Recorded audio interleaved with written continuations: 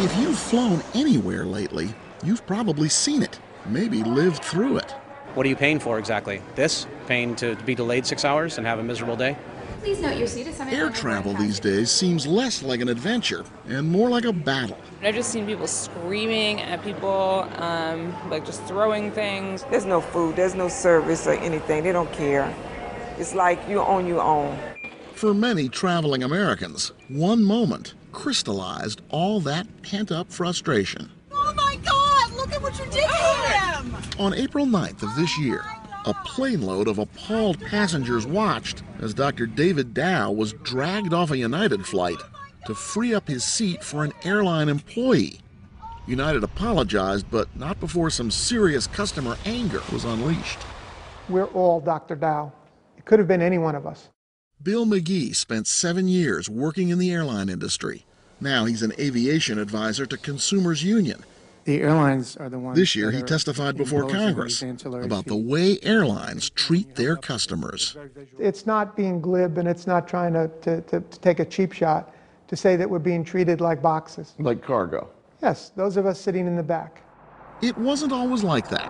What we're seeing now was put in motion in 1978. That year, the airlines became the first U.S. industry ever to be deregulated by the federal government. It was President Carter's idea. The rules that govern routes, schedules, and fares were abolished. We were going to have an open market where competition would rule, and the winners would win and the losers would lose, and consumers would benefit. The fierce competition that followed drove down ticket prices, but it also forced many carriers out of business. Now, in fact, we have fewer airlines and less competition. And there's this level of arrogance that people are not being treated well because the airlines can get away with it. Today, 4 airlines, American, United, Delta, and Southwest, control 80% of the market. They'll take your money, but they wouldn't take our questions. All of them passed up the chance to be interviewed for this story. Which is too bad. We wanted to ask them about this. It's called the contract of carriage, and every airline has one. Your ticket may look like a single piece of paper or a phone screen, but when you buy it, you're also signing a document you've probably never seen. You're agreeing to a contract that could be 80 pages thick, is one-sided, completely biased in favor of the airlines, and if you don't like it, don't fly. For example, times shown on tickets, timetables, published schedules, or elsewhere are not guaranteed. In other words, if your flight's delayed, which happens about 20% of the time, it's not their problem. There's a dirty little secret in the airline industry, and that is that all passengers are not created equal. If I'm in seat 24A and you're in seat 24B right next to me, and now our flight is canceled. We're not equal? No, we're not equal. I may have paid $300 more for my seat, and therefore I'm going to get on another flight before you are. Your attention, please. If you do fly, you've probably felt the sting of all those fees the airlines now charge.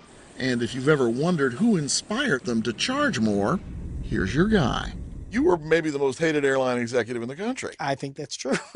I may still be. Ben Baldanza made his name as CEO of Spirit Airlines. Starting in 2007, he dramatically reduced ticket prices while stripping away just about every creature comfort associated with flying. Do I have you to blame for all those little charges on planes, like bags and a better seat and all the other stuff you now charge for that you didn't used to charge for? Well, Spirit was one of the first to sort of start the unbundling process. What he calls unbundling, the rest of us might call nickel and diming. Ben and Spirit help make that a part of flying. So if I want a Coke on Spirit, I'm paying for that. Yeah, and if you want a Coke in the airport, you're going to pay for it too. And if I want to use the overhead bin, I'm going to pay for that. Well, if you want to bring a big bag that needs an overhead bin. What's next, pay toilets? Well, probably not. Unbundling worked. Despite ranking lowest in consumer satisfaction, Spirit soon had the highest profit margin in the airline industry. Major airlines noticed, and they started unbundling too. That began when fuel costs were soaring. In recent years, fuel costs have dropped, but those fees keep going up. Last year, U.S. carriers took in $2.9 billion in change fees and another $4.2 billion for checking bags. And of course, add-on fees are just one way airlines put the squeeze on travelers. Back in the mid-1980s, you could find seats, coach seats, on major U.S. carriers that were as much as 36 inches apart. Since then, as Americans were getting larger, the airlines made their coach seats smaller and closer together in an effort to get as many people as possible onto the plane. By the mid-90s, 34 inches was the best you could do. Today, we're squeezing into seats that are 31 inches apart. Unless you're flying Spirit, in which case you've got 28 inches to maneuver. Assuming you have a seat at all. Last year, U.S. Airlines bumped more than 40,000 paying customers against their will. The airlines regularly sell more seats than they have as part of a strategy they call capacity control.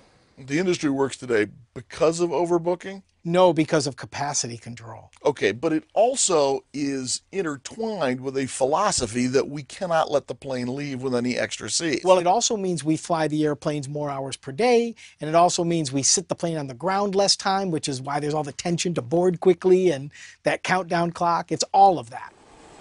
There are now 5,000 fewer flights each day than 10 years ago. With fewer flights and fewer choices, ticket prices nationwide have actually ticked up. Maybe it's no surprise then that the cost and the pressure are ticking people off.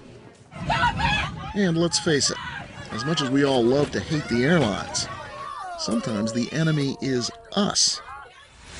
He's walking down the aisle drinking a beer without a shirt on. I mean, come on. Former flight attendant Sean Kathleen now runs an online forum called Passenger Shaming. Passengers send her the pics. The guy applying deodorant, the guy sleeping without a shirt, the guy in the leather outfit with a leash, and feet. How many of the problems that you see could be done away with if airlines would stop serving alcohol? A lot of it. However, If there were never alcohol served, the fare would be higher too, right? And so it's because the airlines make money selling alcohol on the plane. money remains the name of the game.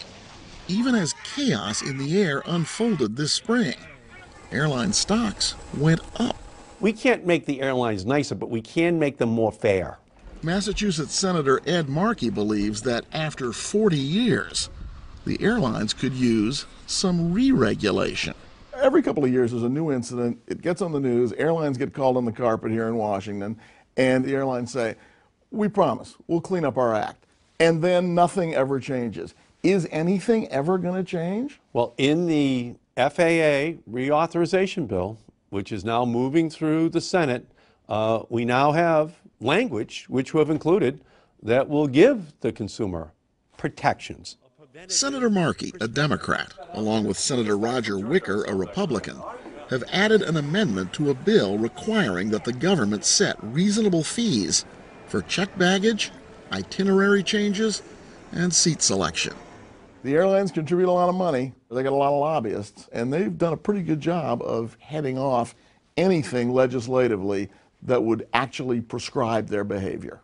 The airline lobbyists have done a great job in ensuring that consumers have no protections.